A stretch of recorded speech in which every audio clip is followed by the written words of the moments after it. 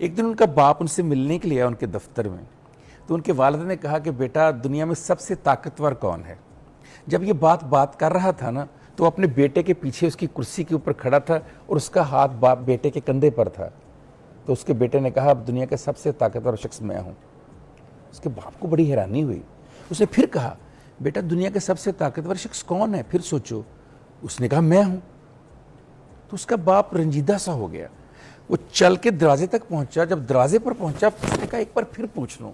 وہ مڑا. اس نے کہا بیٹا دنیا کا سب سے طاقتور شخص کون ہے؟ اس نے کہا بابا آپ ہیں. وہ حیران ہو گیا. اس نے کہا ابھی تو 2 دفعہ یہ کہہ رہا تھا کہ میں ہوں، اب یہ کہہ رہا ہے کہ تم ہو میرے باپ.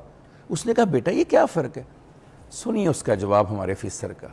اس نے کہا بابا جب آپ نے میرے کندھے پر ہاتھ رکھا تو میں دنیا کا سب سے طاقتور انسان بن گیا. میرے باپ کا ہاتھ میرے کندھے پر ہے.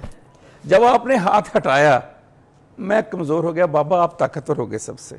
یہ وہ ہاتھ ہوتا ہے دست شفقت باپ کا کہ جس گھر میں اوپر ہو، جس عورت کے اوپر ہو، جو اس کی بیوی ہوتی ہے، جو اس کی بہن ہوتی ہے، جو اس کی بیٹی اور بیٹا ہوتا ہے، جب تک وہ ہاتھ رہتا ہے آپ کے اوپر آپ دنیا کے سب سے طاقتور شخص ہوتے ہیں.